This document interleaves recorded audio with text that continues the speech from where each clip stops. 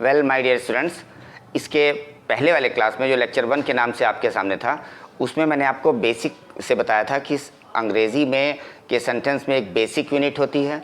उसके बाद मैंने बताया था बेसिक यूनिट के बाद वर्ड्स आप बनते हैं, उसी से वर्ड्स के बाद फ्रेज़ बनता है और फ्रेज़ के बाद लास्टली सेंटेंस बनता है।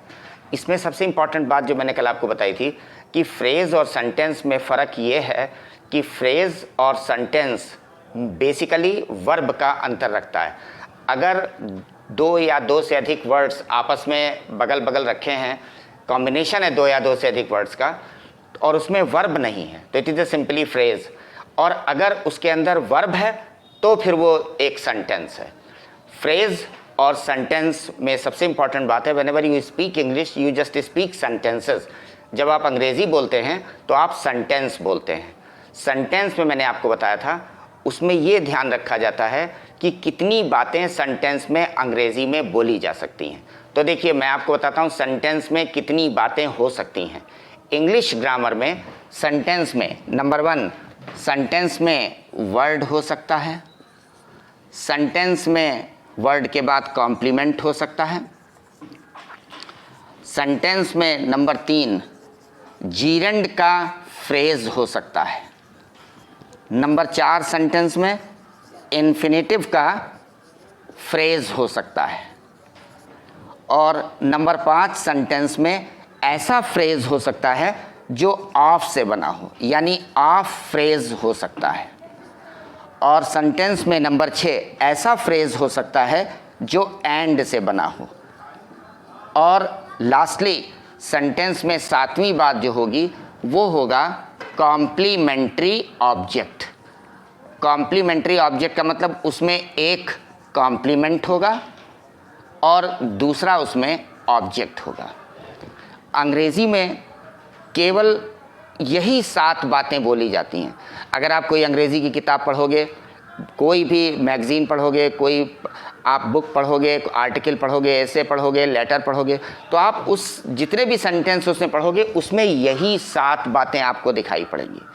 अब आपको मैं बेसिक से बताता हूँ ये 7 बातें क्या होती हैं। देखो सबसे इम्पॉर्टेंट बात मैंने आपको बताई, this class is for those students who just complete their study through Hindi medium, और उनको इंग्लिश एक अलग सब्जेक्ट के तौर पर पढ़नी पड़ती है, लेकिन जब फर्दर कंपटीशन्स में वो बैठते हैं तो अंग्रेज़ी में अपने आप को वीक समझते हैं।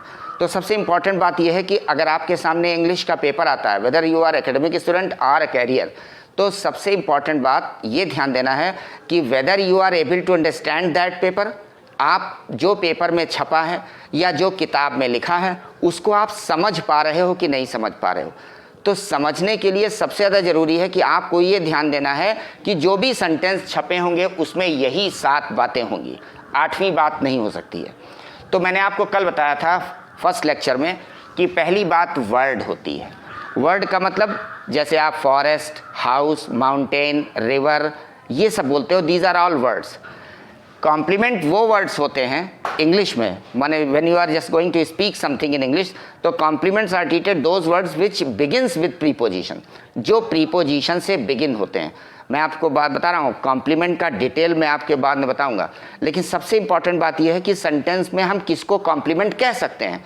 हम उसको कॉम्प्लीमेंट कह सकते हैं जो वर्ड प्रीपोजिशन से शुरू होता है, जैसे under the tree, from the college, into the river, from the school, beneath the tree, beside the river. All these words are spoken with the support of preposition and therefore these are all treated as complement. उसके बाद number 3 चीज़ जो होती है वो gerund phrase होता है। Gerund phrase का मतलब एक ऐसा phrase, just try to understand, gerund phrase का मतलब एक ऐसा फ्रेज जिसमें एक जीरंड होता है और उसके बाद उसमें कुछ वर्ड्स होते हैं, ये ध्यान देना है। तो सबसे इम्पॉर्टेंट बात आप पहले हिंदी में जानिए जीरंड किसे कहते हैं। तो जब आप हिंदी में कोई क्रिया बोलते हो, जैसे उठना, बैठना, लिखना, पढ़ना, देखना, सुनना, all these words are verb. ये वर्ब इसलिए हैं क्योंकि इसमें किसी न किसी काम का करना पाया जा रहा है। तो अगर आप किसी वर्ब में, हिंदी की किसी क्रिया में, अगर हिंदी की कोई क्रिया है और आप उसमें कर या करके ये वर्ड्स ऐड कर देते हो बाद में, यानी सफिक्स करते हो। हिंदी में अगर हिंदी में किसी क्रिया में आप कर या कर के वर्ड ऐड कर देते हो तो वो क्रिया वर्ब न रहकर, क्रिया न रहकर जीरंड बन जाती है। और जान लो बेटा, अंग्रेजी में जीरंड नाउन का काम करता है, ये वर्ब का काम नहीं करता है। और जब किसी क्रिया में कर या करके लगता है तो वो क्रिया जीरंड ट्रीट होती है। जैसे आकर या देख कर के या सुनकर, जिन क्रियाओं में कर या करके लगा है, all those verbs are gerund. और ऐसी सूरत में वो शब्द अब क्रिया न होकर के नाउन है। जैसे आकर, जाकर, देखकर, सुनकर, तो ये सब जीरंड हुए। अब इनके साथ आप जो वर्ड्स बोलोगे हिंदी में, इनके साथ आप जो वर्ड्स बोलोगे वो वर्ड्स उसके साथ उसी के फ्रेज के एक पार्ट कहलाएंगे। यानी इसको आप ये कह सकते हो कि जो शब्द जीरंड के साथ बोले जाते हैं वो कंप्लीट सेट जीरंड का क्लास कहा जा सकता है।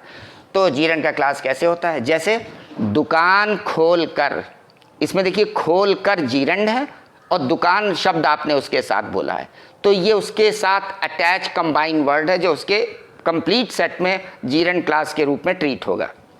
आप उसके साथ एक से अधिक वर्ड बोल सकते हो और ये वर्ड प्रीपोजिशन वाले भी हो सकते हैं और बिना प्रीपोजिशन वाले भी हो सकते हैं। जैसे दुकान खोलकर, गांव में दुकान खोलकर, नदी पार करके, गांव में नदी पार करके। देखिए आपने बोला नदी पार करके, पार करके के साथ नदी लगा है, और आपने बोला गांव में नदी पार करके। अब देखिए पार करके साथ गांव में और नदी दो बातें लगी हैं। तो इसमें देखिए जब आपने बोला गांव में नदी पार करके, तो पार करके तो जीरंड था, उसके साथ नदी एक ऐसा वर्ड था जो विदाउट प्रीपोजिशन था, और गांव में ये एक ऐसा वर्ड था जो प्रीपोजिशन के साथ था। यानी एक जीरंड के साथ दो वर्ड थे, एक प्रीपोजिशन वाला और एक बिना प्रीपोजिशन वाला। तो इसमें आपको एक बात और ध्यान देनी है, हिंदी में जीरंड बाद में होता है। जैसे देश में रह कर, इसमें देखिए ये जीरंड है और ये उसके साथ अटैच है। ये जो देश में इसके साथ कंबाइन है, इसको आप इसी फ्रेज का एक हिस्सा कह सकते हो और इस पूरे सेट को आप जीरंड क्लास कह सकते हो। तो अंग्रेजी में जीरंड क्लास उल्टा चलता है, पहले रह कर की अंग्रेजी आएगी। अब प्रश्न ये जीरंड बनता कैसे है? अगर हिंदी में कर या कर के लगाकर जीरंड बनता है तो अंग्रेजी में वर्ब की रूट में, वर्ब की जो रूट है उसमें ING लगाकर ये जीरंड बनता है। बस ध्यान दीजिएगा, अमूमन बच्चों को ये बताया जाता है कि वर्ब की फर्स्ट फॉर्म में इंग लगता है। ऐसा नहीं है। जैसे वर्ब की फर्स्ट फॉर्म तो गोज भी है, तो क्या गोजिंग हो जाता है? नहीं होता है, रूट में लगता है, और रूट वही है जिसमें आप इंग लगाते हो। तो अगर लिखा है रह कर, तो इसकी रहने की अंग्रेजी होती है लिव, तो ये इसकी रूट है, और जब इसमें आप इंग लगाओगे तो ये क्या हो जाएगा? LIVING, लिविंग, ये जीरंड बन गया। ऐसे खेल कर, प्लेइंग, पढ़कर, रीडिंग, देख कर, सीइंग, आकर, कमिंग, ये सब देखिए जीरंड बन रहे हैं। और जिन क्रियाओं में, इंग्लिश में जिन वर्ब्स में आप इंग लगाकर बोलते हो वो वर्ब जीरंड हैं।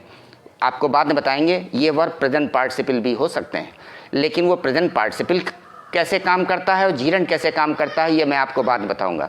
फिलहाल एक लाइन में जान लीजिए, प्रेजेंट पार्टिसिपल एडजेक्टिव का काम करता है और जीरंड नाउन का काम करता है। तो आपने जब कहा रहकर, लिविंग, अब इसके पहले जो देश में लिखा है ये इसके बाद जाएगा, इन कंट्री, ये ध्यान देना है। ऐसे जैसे आपने कहा मैदान में खेल कर, प्लेइंग इन द फील्ड होगा, इन द फील्ड प्लेइंग नहीं होगा। अंग्रेजी में इस बात का ध्यान रखना है कि जीरंड पहले बोला जाता है और उसका जो उससे कंबाइन वर्ड्स हैं वो उसके बाद बोले जाते हैं।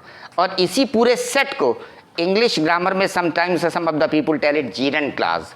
तो जीरंड क्लास इज दैट, हालांकि क्लास वो होता है जिसमें एक वर्ब होता है, लेकिन I will tell you later on in what manner that class is known as class and in what manner this gerundial class is known as class.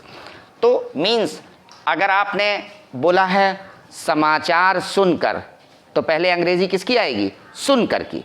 उसके बाद आएगी समाचार की। मीन्स जीरंड पहले बोला जाता है और उससे रिलेटेड वर्ड्स बाद में बोले जाते हैं। और ये जीरंड क्लास अगर दो वर्ड्स रखता है, एक प्रीपोजिशन वाला और एक बिना प्रीपोजिशन वाला, तो जान लीजिए चूंकि ये फ्रेज का ही काम करता है इसलिए इसमें भी पहले बिना प्रीपोजिशन वाले वर्ड आएंगे।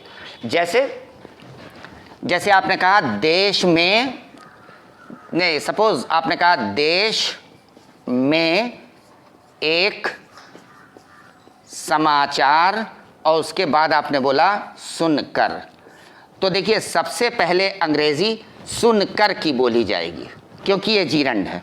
अंग्रेजी में जीरंड पहले बोला जाता है, तो सुनकर की अंग्रेजी आपने बोली हियरिंग, क्योंकि हियर रूट है, इसमें आपने इंग लगाया तो इसकी अंग्रेजी हो गई। अब इसके बाद आप देश में एक समाचार इसको लिखना है, तो आप पहले देश में नहीं लिखेंगे, पहले एक समाचार, क्योंकि ये बिना प्रीपोजिशन वाला वर्ड है, हियरिंग अ न्यूज़, और उसके बाद देश में इन द कंट्री, ये आप बोलेंगे। मीन्स अंग्रेज़ी में मैंने आपको इसके पहले वाले लेक्चर में बताया था कि the things thought together are mention together. जो बातें अंग्रेज़ी में पहले सोची जाती हैं, पहले देखी जाती हैं या पहले सुनी जाती हैं, अंग्रेज़ी में वो पहले बोली जाती हैं। लेकिन जब बात आती है कि अंग्रेज़ी में क्या बोलना है, तब आपको ये भी सीखना है कि जो बोलना है उसको कैसे बोला जाता है। जैसे आपको बोलना है देश में एक समाचार, तो आप ये नहीं कह सकते हो कि पहले देश में हमारे दिमाग में आया तो हम इन द कंट्री बोल देंगे, उसके बाद एक समाचार आया ए न्यूज़ बोल देंगे, उसके बाद सुनकर आया तो हम हियरिंग बोल देंगे। नो, ऐसा नहीं होगा अंग्रेज़ी में।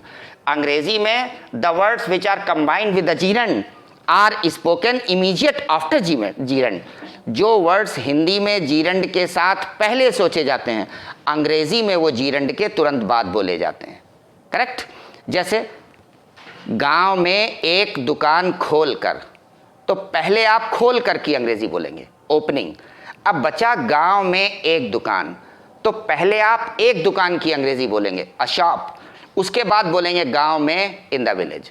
इसलिए क्योंकि गांव में एक दुकान खोलकर, इसमें कोई भी शब्द वर्ब नहीं है, यानी ये सेंटेंस नहीं है, ये भी एक फ्रेज है।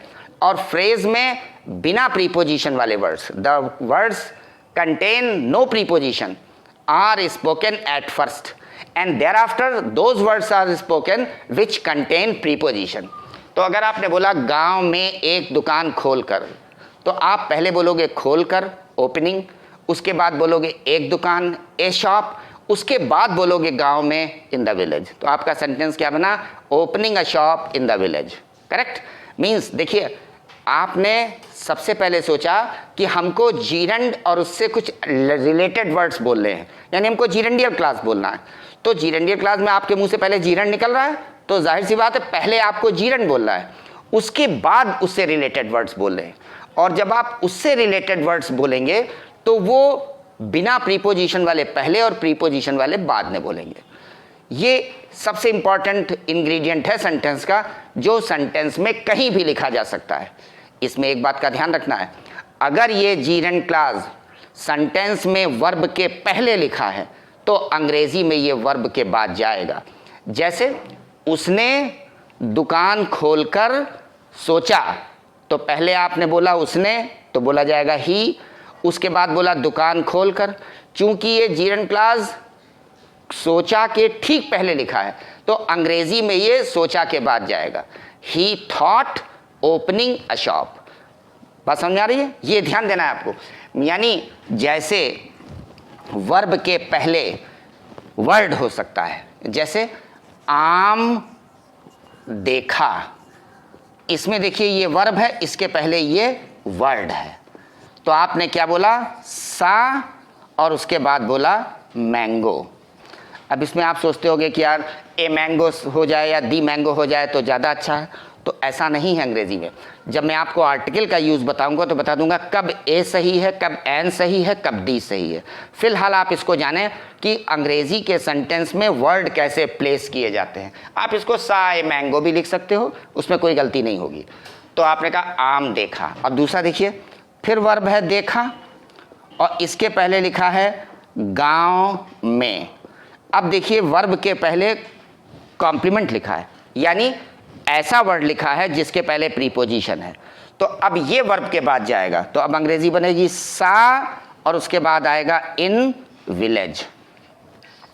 ऐसे ही इसके पहले जीरन भी हो सकता है, जैसे गांव पहुंचकर देखा। अब देखिए वर्ब के पहले जीरन क्लास लिखा हुआ है, तो अब आपको इसको वर्ब के बाद लिखना है, यानी पहले इसकी अंग्रेजी सा, ये देखिए वर्ब पहले आ गया। अब गांव में, गांव पहुंचकर, तो पहले पहुंचकर की अंग्रेजी, क्योंकि ये जीरंड है, ये पहले आएगा सा रीचिंग, और अब गांव द विलेज, ये हो गया। मीन्स आपने बनाया सा रीचिंग द विलेज। यानी मेरा कहने का मतलब यह है कि सेंटेंस में whatsoever is spoken in Hindi before the verb, in English that particular thing is spoken immediate after that verb। चाहे आप वर्ड सोचो, चाहे आप कॉम्प्लीमेंट सोचो, चाहे आप जीरन क्लास सोचो, अगर आपने वर्ब के पहले जीरन क्लास सोचा है तो वो वर्ब के बाद जाएगा। अगर आपने वर्ब के पहले वर्ड सोचा है तो वो उसके बाद जाएगा। अगर आपने वर्ब के पहले कॉम्प्लीमेंट सोचा है तो वो उसके बाद जाएगा। इसमें एक बात का ध्यान रखना है, अगर वर्ब के पहले कोई ऐसा वर्ड है जो उस वर्ब का सब्जेक्ट है तो वो वर्ब के बाद नहीं जाएगा। ये मैं आपको बताऊंगा कैसे आप पहचानेंगे कि ये वर्ड सब्जेक्ट है और इसको हमको अंग्रेजी में वर्ब के बाद नहीं बोलना है। Means subject never comes immediate after that verb. लेकिन एक बात, कभी कभी ऐसा होता है कि अंग्रेजी में जब कॉम्प्लेक्स सेंटेंस लिखे जाते हैं और कंपाउंड सेंटेंस लिखे जाते हैं तो वर्ब कभी कभी बाद में भी आने के बजाय पहले आता है और सब्जेक्ट बाद में आ जाता है। जैसे द फूड इज रेडी और उसके बाद बोला सेड द बॉय, होना चाहिए द बॉय सेड, लेकिन उसने बोला सेड द बॉय। तो ये सेंटेंस गलत नहीं है, लेकिन ये सेंटेंस सेड द बॉय क्यों सही है और द बॉय सेड क्यों सही है, I will tell you later on in further classes, उसमें मैं बताऊंगा। अभी मैं आपको केवल वर्ड्स का प्लेसमेंट बता रहा हूँ। वर्ड्स का प्लेसमेंट माने कितनी बातें अंग्रेजी में बोली जाती हैं, उन बातों को कैसे सेंटेंस में प्लेस किया जाता है, ये मैं आपको बता रहा हूँ।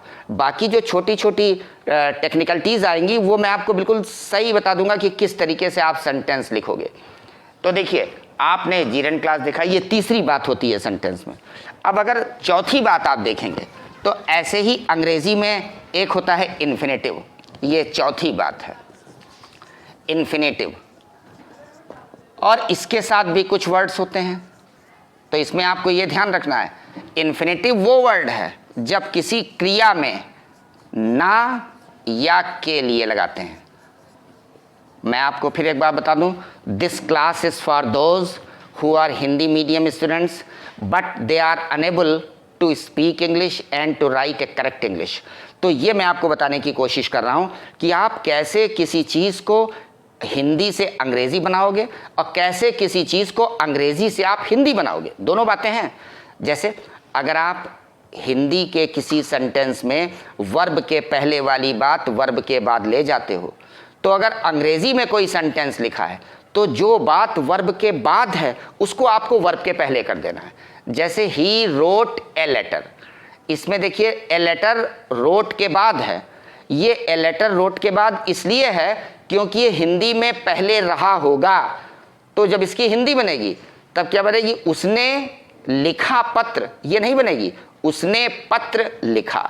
व्हाटसोएवर इन इंग्लिश, जो कुछ भी अंग्रेजी में is written immediate after verb, जो वर्ब के बाद लिखा है, in Hindi that shall come before that particular verb, वो उस वर्ब के पहले आ जाएगा। तो इन्फिनेटिव इज दैट जब किसी क्रिया में ना और के लिए लगा होता है।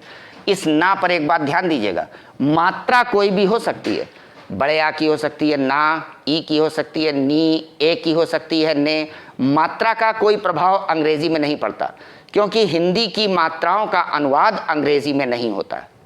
तो आपको ये ध्यान देना है, किसी क्रिया में अगर ना लगा है, जैसे पढ़ना, पढ़नी, पढ़ने, देखना, देखनी, देखने, या के लिए लगा है, देखने के लिए, पढ़ने के लिए, आने के लिए, जाने के लिए, ये these all words are infinitive. Infinitive भी वर्ब से ही बनता है। माने जैसे क्रिया में कर या करके लगा हिंदी में तो वो जीरंड का काम करेगा, ऐसे अगर किसी क्रिया में ना और के लिए लगा तो वो इन्फिनेटिव का काम करेगा। इसमें एक बात आपको और ध्यान रखनी है, कभी कभी जब क्रिया में ना लगा होता है तो वो जीरंड का भी काम करता है, लेकिन I will tell you later on when I will go through about noun. जब मैं आपको नाउन का चैप्टर पढ़ाऊंगा तब मैं आपको बताऊंगा कि अगर किसी क्रिया में ना लगा है तो उसकी अंग्रेजी जीरंड से कब बनेगी और इन्फिनेटिव से कब बनेगी। जैसे टहलना, इसकी अंग्रेजी वॉकिंग भी हो सकती है और टू वॉक भी हो सकती है। अब when to speak to walk and when to speak walking I shall tell you later on in further classes. तो फिलहाल मैं आपको प्लेसमेंट इन्फिनेटिव का बता रहा हूँ। If you think that a particular verb contains in Hindi ना, नी, ने, आर के लिए, it means that particular verb is not verb, it is an infinitive. और इन्फिनेटिव भी अंग्रेजी में नाउन का काम करता है। Means if you have written infinitive तो वो अंग्रेजी में नाउन है। तो इन्फिनेटिव कैसे बनता है, पहले लिखा जाएगा टू और उसके बाद वर्ब की रूट आएगी। ये ध्यान रखिएगा, वर्ब की फर्स्ट फॉर्म नहीं आएगी। जैसे अगर आपको वेंट ये लिखा है, इसको इन्फिनेटिव बनाना है तो टू गो आएगा, क्योंकि टू के बाद वर्ब की रूट आएगी और गो वर्ब की रूट है। आप गौर कीजिए, आप यहाँ गोज नहीं लिख सकते हो क्योंकि गोज फर्स्ट फॉर्म है, गो भी फर्स्ट फॉर्म है। लेकिन अगर आप किसी बच्चे को ये बता दोगे कि टू के बाद वर्ब की फर्स्ट फॉर्म आती है और उस बच्चे ने गोज लिख दिया तो उसने गलत थोड़ी लिखा है, आप ही ने बताया कि टू के बाद वर्ब की फर्स्ट फॉर्म आती है और गोज भी तो वर्ब की फर्स्ट फॉर्म है। तो आप बच्चे को ये बताइए कि टू के बाद रूट आती है। जान लीजिए वर्ब में रूट अति महत्वपूर्ण है, ये हर जगह है। जैसे संस्कृत में रूट है पठ, कभी बनता है पठति पठता पठन्ति, कभी बनता है अपठत अपठताम अपठन, कभी बनता है पठेत पठेताम पठेयु, कभी बनता है पठिष्यति पठिष्यताम पठिष्यन्ति। मीन्स देखिए रूट पठ है लेकिन वो डिफरेंट वे में इस्तेमाल हो रही है। ऐसे रूट गो है, ये कभी वेंट बनता है, कभी गोज बनता है, कभी गॉन बनता है, कभी गोइंग बनता है, ये अलग अलग तरीके से बनता है। लेकिन जब टू लग जाता है तो इसके बाद वर्ब की रूट आती है। तो अगर आपको इन्फिनेटिव बनाना है तो वो इन्फिनेटिव कैसे बनता है, टू के बाद वर्ब की रूट। जैसे जाने के लिए अंग्रेजी बनेगी टू गो, पढ़ने के लिए टू रीड, देखने के लिए टू सी, हंसने के लिए टू लाफ। बात समझ आ रही है? या लिखना टू राइट, देखना टू सी, बैठना टू सिट, जाना टू गो। देखिए व्हेनेवर यू यूज ना इन हिंदी इन एनी वर्ब, किसी भी वर्ब में हिंदी में अगर आप ना लगाते हो तो you can speak that particular word using to immediate before that particular verb, writing in the root, उसको रूट में लिखकर। तो जैसे आपने कहा सोचना, अंग्रेजी होगी टू थिंक, सोचने के लिए टू थिंक, जाना टू गो, जाने के लिए टू गो, देखना टू सी, देखने के लिए टू सी। बात समझ आ रही है? ऐसे लिखनी टू राइट और लिखने के लिए टू राइट, मीन्स मात्राओं का अनुवाद अंग्रेजी में नहीं होता। और ऐसे इन्फिनेटिव के साथ जो वर्ड्स आप बोलते हो वो इस इन्फिनेटिव से रिलेटेड वर्ड्स माने जाते हैं। जैसे किताब पढ़ने के लिए, तो इसमें पढ़ने के लिए ये इन्फिनेटिव है और उसमें जो किताब लिखा है ये से कोरिलेट कर रहा है। तो अंग्रेजी में पहले इन्फिनेटिव आता है, उसके बाद उससे कोरिलेटेड वर्ड्स आते हैं। किताब पढ़ने के लिए टू रीड द बुक, दुकान खोलने के लिए to open a shop, means बाजार जाने के लिए to go to the market, जंगल देखने के लिए टू सी द फॉरेस्ट। या ना लगा है, जैसे किताब पढ़ना टू रीड द बुक, किताब लिखना to write the book, film देखना टू सी द फिल्म, दूध पीना to drink the milk. Means infinitive पहले और उससे रिलेटेड वर्ड्स बाद में। इसमें भी वही बात है, अगर आप इन्फिनेटिव से रिलेटेड प्रीपोजिशन वाले और बिना प्रीपोजिशन वाले वर्ड्स बोलते हो तो पहले आपको बिना प्रीपोजिशन वाला वर्ड बोलना है। जैसे कमरे में दूध पीने के लिए, तो पहले तो इन्फिनेटिव आएगा टू ड्रिंक। अब बचा कमरे में और दूध, तो पहले दूध की अंग्रेजी आएगी मिल्क, उसके बाद कमरे में की आएगी in the room, to drink the milk in the room ये होगी। To drink in the room the milk नहीं होगी। अंग्रेजी में विदाउट प्रीपोजिशन वाले वर्ड्स पहले बोले जाते हैं और प्रीपोजिशन वाले वर्ड्स बाद में बोले जाते हैं। मैं आपको एक बात बड़ी इंपॉर्टेंट एक लाइन बता दूं, वर्ब या वर्ब से रिलेटेड जितने भी वर्ड्स हैं, जब उनको बोलना हो तो पहले बिना प्रीपोजिशन वाले वर्ड्स बोलिए, उसके बाद प्रीपोजिशन वाले वर्ड्स बोलिए।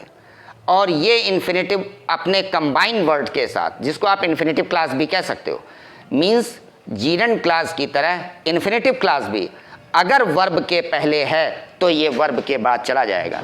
जैसे आपने लिखा, आप सोचते हो कि वह, आपने लिखा वह, फिर उसके बाद लिखा दुकान खोलने के लिए, दुकान खोलने के लिए गया। इसमें देखिए गया वर्ब है। क्यों वर्ब है?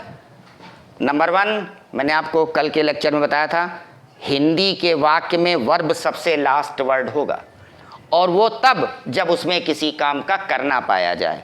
तो देखिए गया लास्ट में है और इसमें जाने के काम का करना पाया जा रहा है, इट मीन्स ये वर्ब है। अब इस वर्ब के पहले देखिए दुकान खोलने के लिए, ये इन्फिनेटिव क्लास लिखा हुआ है। तो चूंकि वर्ब से ठीक पहले इन्फिनेटिव क्लास लिखा है तो इसकी अंग्रेजी वर्ब के बाद जाएगी। तो पहले आपने सोचा वो अंग्रेजी बोल दी ही, अब इसके बाद आप दुकान खोलने के लिए इसकी अंग्रेजी नहीं बोल सकते हो क्योंकि ये वर्ब के पहले लिखा है। तो आपको पहले बोलना है वर्ब वेंट, अब बोलना है दुकान खोलने के लिए। तो इसमें पहले इन्फिनेटिव बोलना है खोलने के लिए, टू ओपन, और अब उसके बाद बोलना है दुकान द शॉप। लेकिन अगर आप ये वर्ड, ये कॉम्प्लीमेंट, ये जीरंड क्लास, ये इन्फिनेटिव क्लास वर्ब के पहले नहीं बोलते हो, कहीं और बोलते हो, तो जहां बोलते हो वहीं आपको उसको अंग्रेजी में भी बोल देना है। जैसे आपने बोला समाचार सुनकर एक लड़का गांव में आया। समाचार सुनकर एक लड़का गांव में आया। तो देखिए सबसे पहले आपने सोचा समाचार सुनकर, इसकी अंग्रेजी पहले आएगी क्योंकि ये वर्ब के देखिए पहले नहीं लिखा है। तो इसमें अंग्रेजी जब आएगी तो पहले सुनकर की आएगी, हेयरिंग, और उसके बाद आएगी समाचार, न्यूज़। अब उसके बाद आपने क्या सोचा, एक लड़का, अंग्रेजी आएगी अ बॉय। उसके बाद आपने क्या सोचा, गांव में, लेकिन ये वर्ब के पहले सोचा है तो इसको आप वर्ब के बाद कर दोगे। तो मीन्स पहले अंग्रेजी केम और अब उसके बाद आएगी गांव में, इन विलेज। ये सेंटेंस क्या बना, हेयरिंग न्यूज़, या आप इसे हेयरिंग द न्यूज़ भी कर सकते हो। I will tell you later on where to this definite article these used. बाद में बता देंगे आपको कि ये डेफिनेट आर्टिकल्स कैसे यूज होते हैं। Hearing the news, a boy came to village, या केम चूंकि लिखा है गांव में तो केम इन द विलेज। कोई दिक्कत? इसमें आपको एक बड़ी इंपॉर्टेंट बात ध्यान रखनी है, जान लीजिए। अगर आपने जीरंड क्लास पहले बोला है तो अंग्रेजी में जब ये लिखा जाएगा तो जीरंड क्लास के बाद कॉमा आएगा। If you have not used comma immediate after gerund class, your sentence is wrong, means आपका सेंटेंस गलत है। ये ध्यान दीजिएगा। आप बोलने में तो आप बोल सकते हो कि hearing the news, a boy came in the village, लेकिन जब आप इस सेंटेंस को अंग्रेजी में लिखोगे तो पहले आप लिखोगे हेयरिंग द न्यूज़, उसके बाद कॉमा, उसके बाद ए boy came in the village. If you have not used comma immediate after gerund class, your sentence is wrong. ये ध्यान दीजिएगा आप।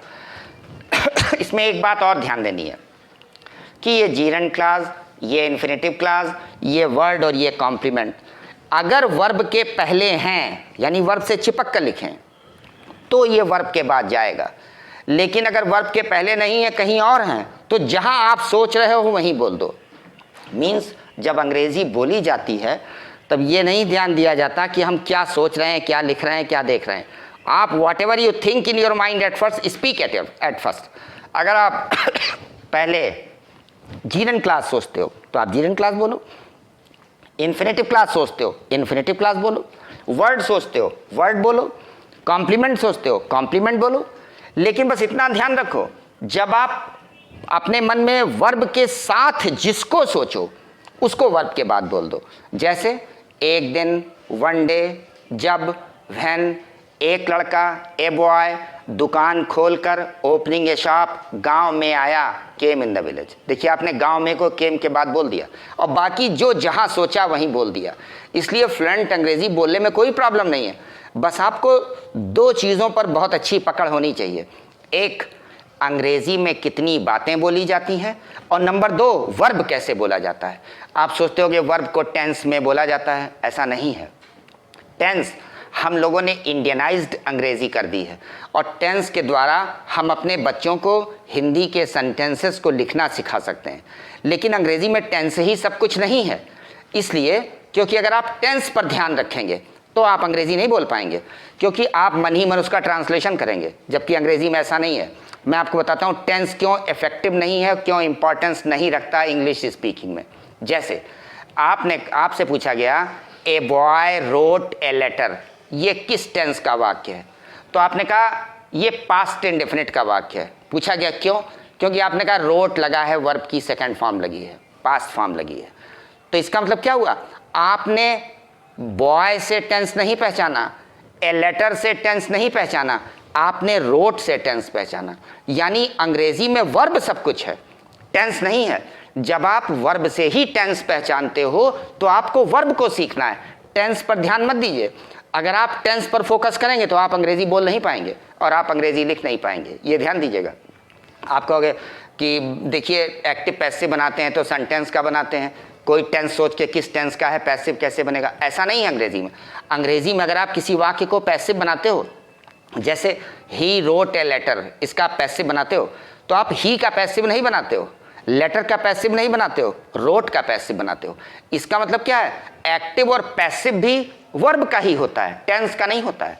आपने पढ़ा होगा डायरेक्ट इनडायरेक्ट में बताया जाता है बच्चों को कि प्रेजेंट इंडेफिनिट पास्ट इंडेफिनिट में बदलता है, प्रेजेंट कंटीन्यूअस पास्ट कंटीन्यूअस बदलता है। ऐसा नहीं होता है। अंग्रेजी में जब टेंस चेंज होता है का मतलब वर्ब चेंज होता है। मीन सिंपल सी बात, जब कोई वाक्य डायरेक्ट से इनडायरेक्ट बनता है तो अंग्रेजी में प्रेजेंट फॉर्म पास्ट फॉर्म में चली जाती है, और अगर पास्ट फॉर्म लिखी है तो वो हैड के बाद पास्ट पार्टिसिपल यानी थर्ड फॉर्म में चली जाती है। अब आप देखो ही इज गोइंग, ये प्रेजेंट कंटीन्यूअस का सेंटेंस है। आपने कहा हमने पढ़ा है इसको पास्ट कंटीन्यूअस से बदला जाएगा, तो आपने इसको ही वॉज गोइंग कर दिया, तो पास्ट कंटीन्यूअस से बदल गया। लेकिन वास्तव में आपने सेंटेंस को नहीं बदला है।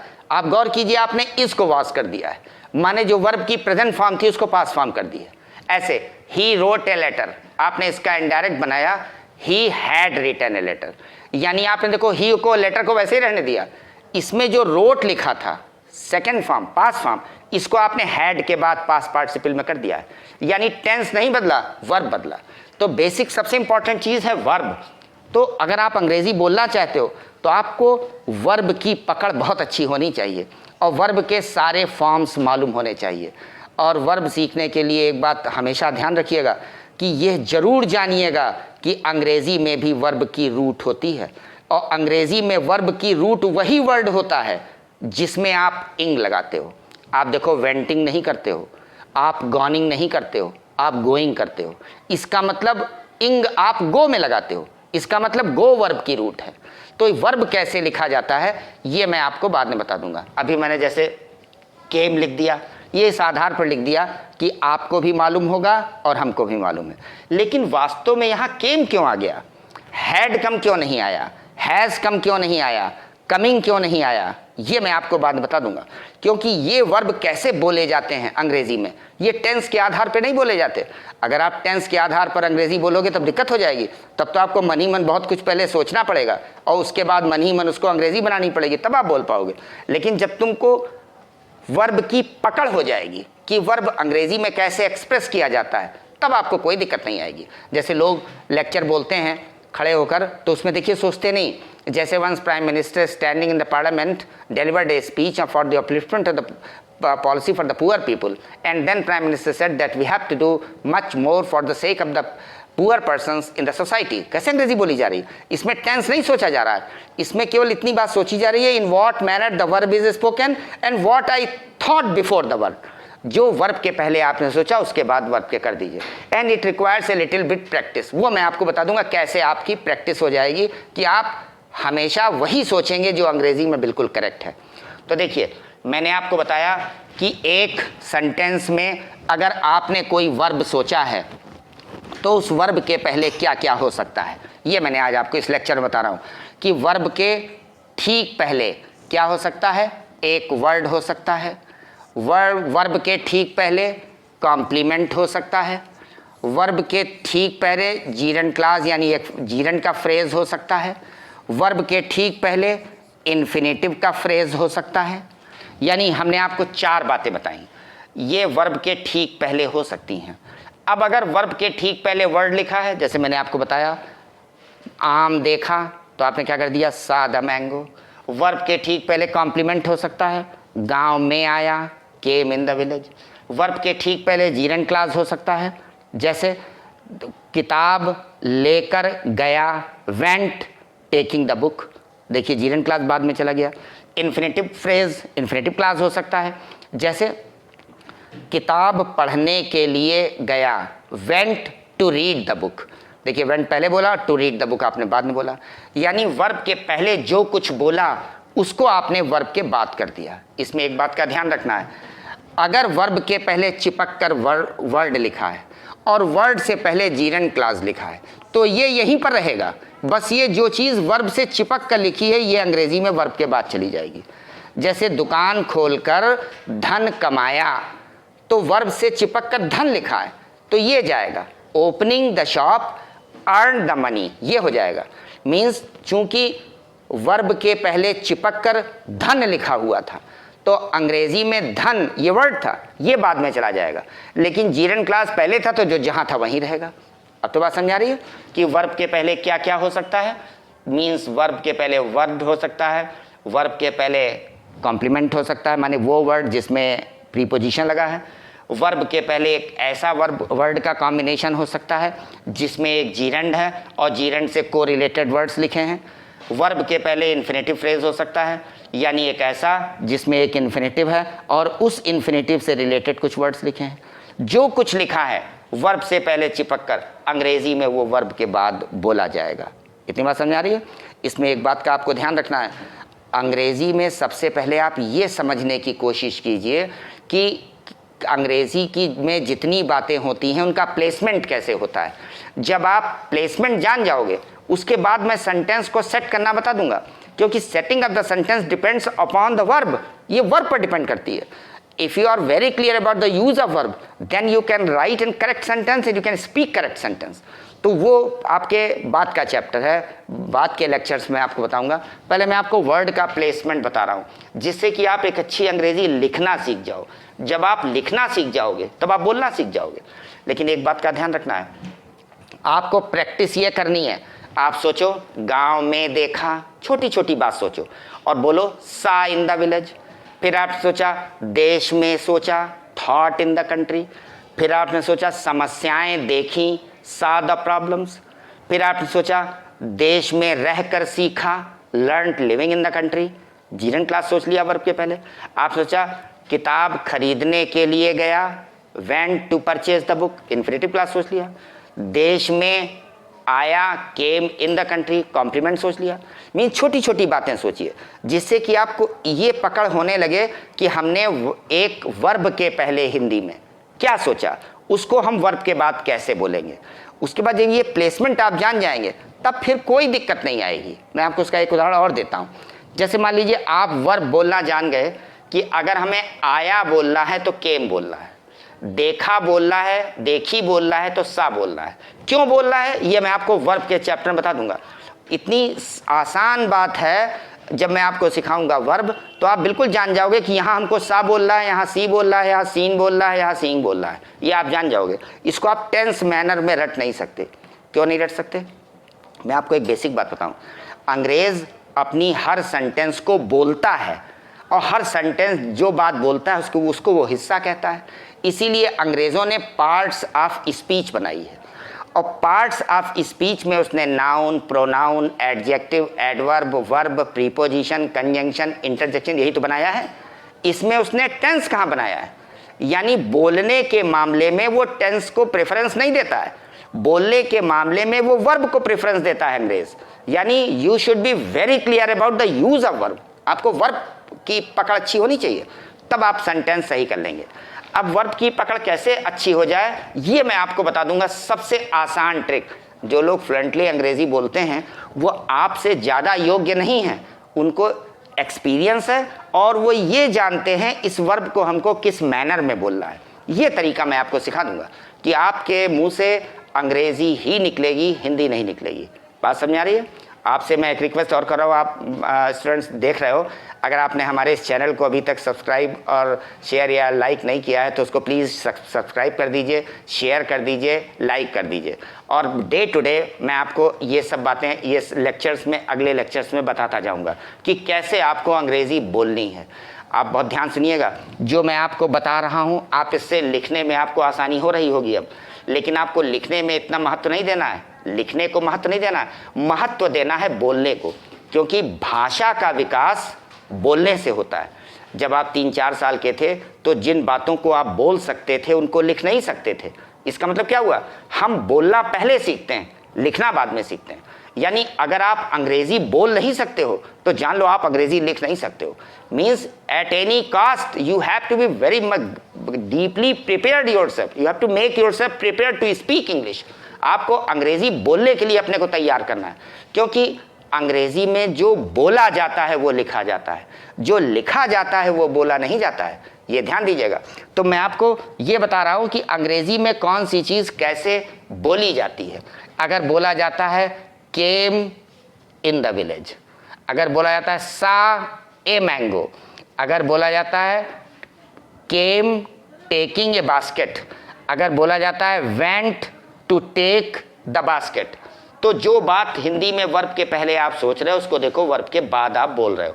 एंड दैट्स सबसे इंपॉर्टेंट बात है कि इसी आधार पर आपको सेंटेंस को लिखना सीखना है। तो वेल माय डियर स्टूडेंट्स, इस लेक्चर में आज इतना ही। अगले लेक्चर में मैं आपको बताऊंगा कि अगली बातें क्या होती हैं। द फर्स्ट थिंग मैंने आपको बताई वर्ड होती है, दूसरी बताई कॉम्प्लीमेंट होती है, तीसरी जीरेंड क्लास होती है, चौथी इन्फिनेटिव क्लास होती है। अब इसमें 3 बातें और बची। एक वो कॉम्बिनेशन जो ऑफ से बनता है, वो कॉम्बिनेशन जो एंड से बनता है, और वो कॉम्बिनेशन जो प्रीपोजिशन और बिना प्रीपोजिशन वाले वर्ड से बनता है, जिसको कॉम्प्लीमेंट्री ऑब्जेक्ट कहते हैं। Well, thank you very much. बाकी नेक्स्ट लेक्चर में आपको बताता हूँ।